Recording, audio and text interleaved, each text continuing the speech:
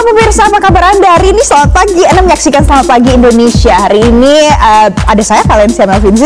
Dan saya Jason Sambu yang masih muda. Dan semangat setiap hari. Pasti. Dan Selamat Pagi Indonesia tentunya hadir. Kali ini kita walaupun menghadapi yang cuaca agak ekstrim ya. Kali ini di depan mungkin agak-agak mendung juga kalau di Jakarta. Nah, kemarin ini di Sukabumi juga dilanda banjir bandang. Bahkan nggak cuma di Sukabumi, tapi ada beberapa wilayah lainnya. Kita lihat dulu seperti apa situasinya.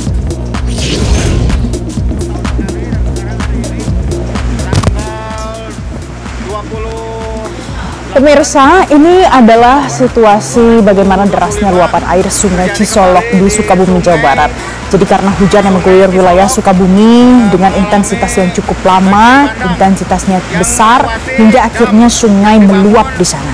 Nah, luapan air sungai ini sudah merendam ratusan rumah, bahkan ada satu bangunan yang ambruk dan juga jembatan penghubung antar desa jadi putus. Ya, ini menyebabkan pemirsa arus lalu lintas di Jalan Nasional Cisolok Cikakak ini tak bisa dilintasi. Akibat banjir ini memang satu kendaraan roda 4 bahkan di desa Cikahuripan, Kecamatan Cisolok terbawa arus hingga masuk ke dalam aliran sungai Cibareno. Dan hingga saat ini belum ada laporan korban jiwa dalam peristiwa banjir bandang ini. Dan warga memang dihimbau untuk tetap waspada karena curah hujan masih mengguyur wilayah tersebut. Kita akan simak pemirsa sama-sama bagaimana upaya evakuasi yang dilakukan oleh petugas di sana.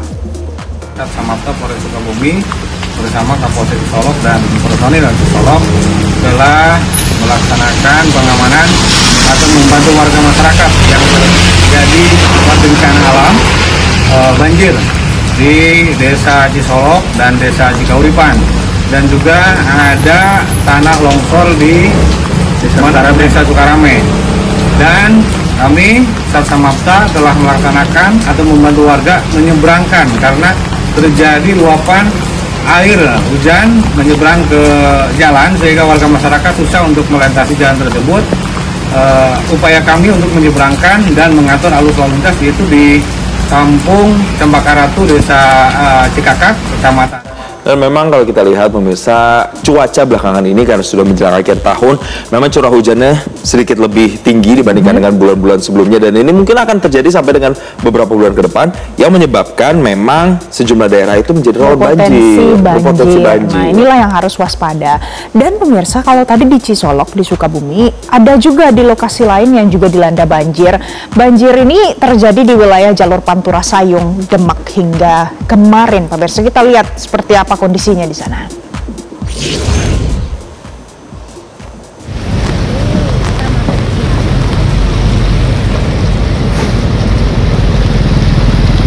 Nah, inilah pemirsa salah satu wilayah yang juga langganan banjir, dan ini situasi yang terjadi di jalur Pantura wilayah Sayung, Demak, Jawa Tengah setelah hujan deras melanda wilayah tersebut. Ini terjadi nampaknya di waktu malam hari pemirsa. Kita juga akan melihat bagaimana kondisinya ketika pagi hari pemirsa, karena kami mendapatkan laporan dari jurnalis Metro TV Budi Utomo pada Selasa pagi bahwa banjir yang merendam jalur Pantura Demak, Jawa Tengah, tepatnya di Desa Sriwulan ini terus bertambah setelah diguyur hujan yang lebat. Tingginya genangan air di sana mencapai 50 cm dan inilah yang menyebabkan arus lalu lintas dari dua arah mengalami kemacetan yang sangat panjang. Dan kita lihat pemirsa, kenaikan air ini juga dipicu karena hujan tinggi, kemudian naiknya juga siklus banjir rob. Nah, kepolisian akhirnya mengimbau supaya kendaraan di bawah roda sumbu 3 melintas di jalur alternatif untuk mengurangi potensi kemacetan. Karena kalau dipaksa nanti bisa jadi mogok kendaraannya ya, Jason. Dan sayangnya sudah banyak yang mogok begitu ya di peristiwa banjir yang ada di sana ya.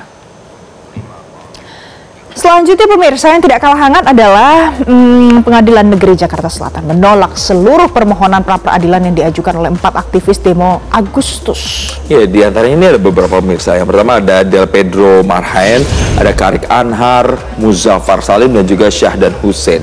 Dengan putusan tersebut artinya status mereka sebagai tersangka dalam kasus dugaan penghasutan aksi demonstrasi yang berujung kericuhan tetap berlaku atau sah sebagai tersangka. Ya, jadi dalam 4 perkara terpisah, Hakim Pengadilan Negeri Jakarta Selatan menolak permohonan pra-peradilan para pemohon untuk seluruhnya.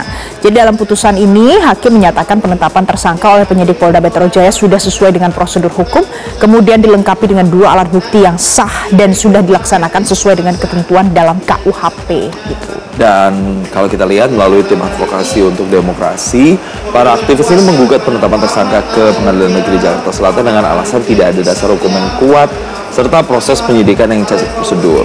Mereka juga menilai bahwa penetapan tersangka ini mengabaikan putusan Mahkamah Konstitusi tentang batasan alat bukti yang harus dipenuhi oleh penyidik.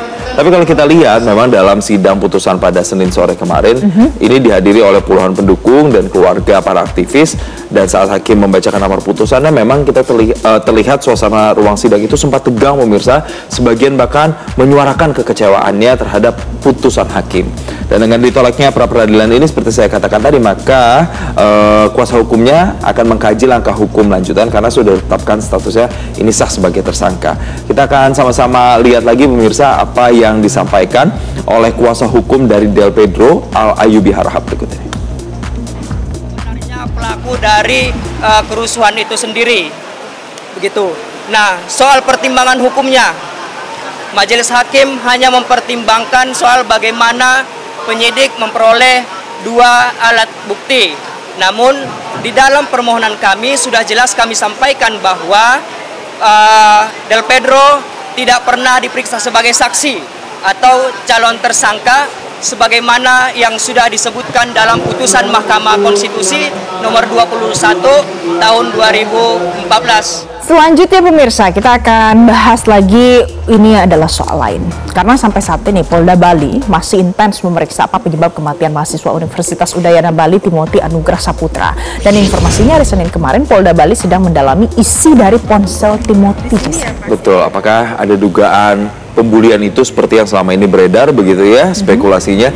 Jadi pemeriksaan telepon genggam ini, pemirsa, dilakukan untuk melengkapi hasil keterangan yang diperoleh dari 21 orang saksi, mulai dari teman kuliah, teman dekat, hingga para dosen. Dan dari keterangan sejumlah saksi itulah polisi mendapatkan informasi bahwa korban ini ada kecenderungan untuk melakukan percobaan bunuh diri, Valen. Oke, dan sebelumnya ternyata ibu korban menyatakan kalau sudah mengikhlaskan dan menandatangani ada surat pernyataan kalau kasus ini tidak perlu lagi dilanjutkan. Tapi beda dengan ayah korban yang minta polisi untuk mengungkap kasus Timothy dengan alasan penyebab kematian masih simpang siur saat ini.